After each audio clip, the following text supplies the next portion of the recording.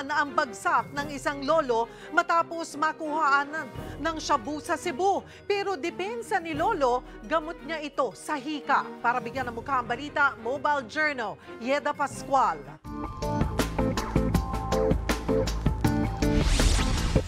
Isang lolo sa Inayawang Cebong nahuling gumagamit ng ipinagbabawal na gamot. Pakiusap naman ni lolo, pagbigyan daw siya dahil gamot niya raw ito sa hika. For health purpose lang naman daw, kaya siya nagsashabu.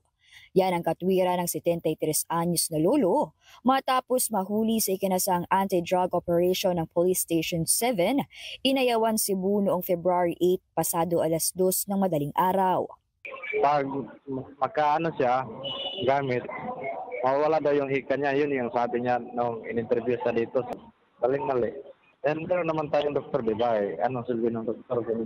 Gagawa lang tayo ng mga sariling paraan pala para magamot ng sarili. Pero hindi lusot ang palusot ni lolo.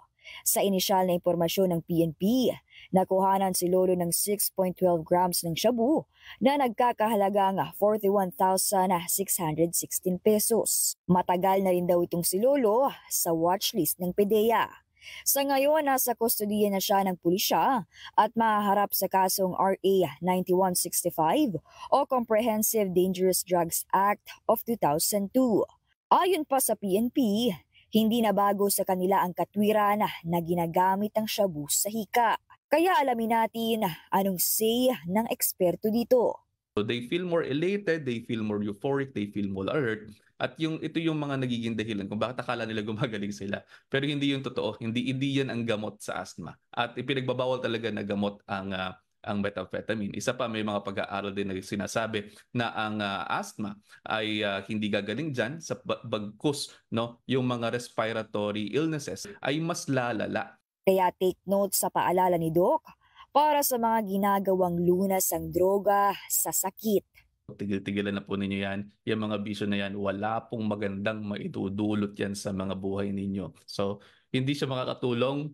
Maaring nararamdaman lamang ng pasyente ay mas alert sila. Kaya akala na ay gumagaling ako. Yun yung pakiramdam, no? Yun yung pakiramdam. Kasi parang kumbaga, isipin mo parang nagiging mind over matter yung nangyayari sa kanila. Very wrong pong gawing gamot sa sakitang droga. Marami nang side effects, makukulong ka pa.